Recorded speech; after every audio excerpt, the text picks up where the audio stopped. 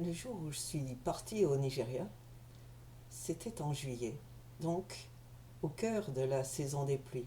Mais bien sûr, je n'avais absolument aucune idée de ce que c'était la saison des pluies ou la saison sèche d'ailleurs. Je n'avais jamais posé les pieds en Afrique ni au Nigeria. Je me souviens seulement que mon frère, qui se rendait cette même année pour la première fois en Afrique en tant que missionnaire, m'avait dit il faut emporter un tricot, il va faire froid. Je m'étais dit tiens, ça c'est bizarre. Je crois que j'avais pris un tricot, hein.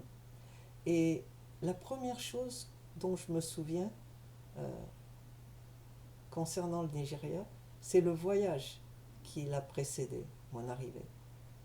C'était un avion de Nigeria Airways à l'époque. Et comme c'était juste 2 ans après la guerre du Biafra, personne n'allait au Nigeria. Ce n'était pas une destination, clairement.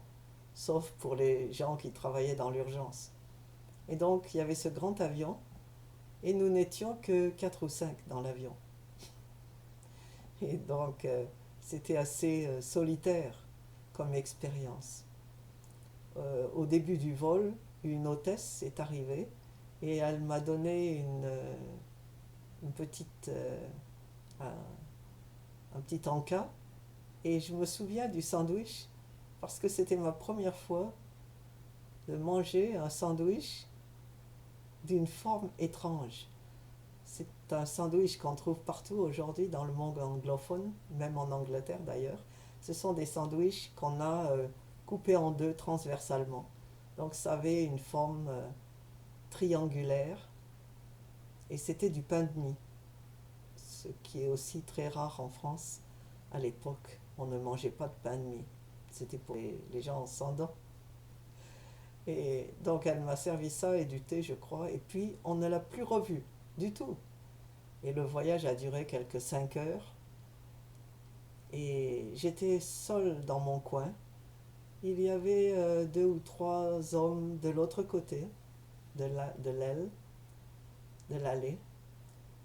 Et j'ai regardé par le hublot. Nous étions au-dessus des nuages.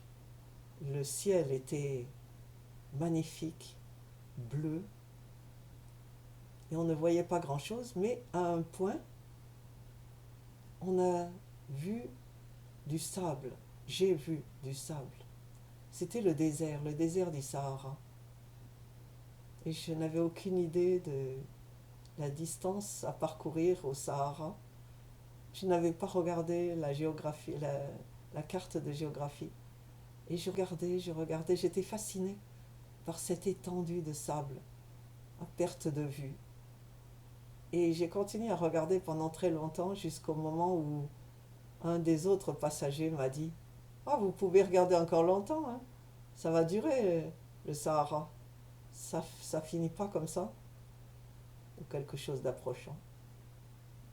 Et c'était ma première ou ma deuxième après le sandwich, ma deuxième expérience de quelque chose qui m'était inconnu, d'une réalité inconnue qui ne correspondait pas à mes repères, à ce que je connaissais. Et puis finalement, on, a, on était à l'approche avant d'atterrir. Et là, c'était quelque chose d'autre. Des palmiers à perte de vue. Une énorme tache verte dans le paysage. Et ça, c'était ma première approche. Et je ne me souviens pas comment on est arrivé finalement à Enugu. Je pense que j'ai dû changer d'avion, mais j'ai complètement oublié. Mais à Enugu, je suis descendue de l'avion et la personne qui m'attendait, c'était mon chef de département, un Canadien, euh, qui m'a accueilli en me demandant si tout allait bien. Et je lui ai dit oui. On est rentré dans l'auto qui devait aller à Nsuka, donc il y avait une distance d'à peu près 1 heure et demie. Et il m'a demandé tout de suite si j'avais pris des médicaments contre le paludisme. Et je lui ai dit non. Il s'est arrêté dans une pharmacie et il m'a acheté des médicaments et il me les a donnés. Et après, j'ai regardé ça et j'ai vu que dans les effets secondaires, il y avait un risque important pour la vue. Ça pouvait affecter les yeux. Et je me suis dit, je viens ici pour la vue. Non, je viens ici pour la vie. Et je ne vais pas commencer à avaler des médicaments qui vont m'abîmer les yeux. Et donc, je n'ai jamais pris ces médicaments.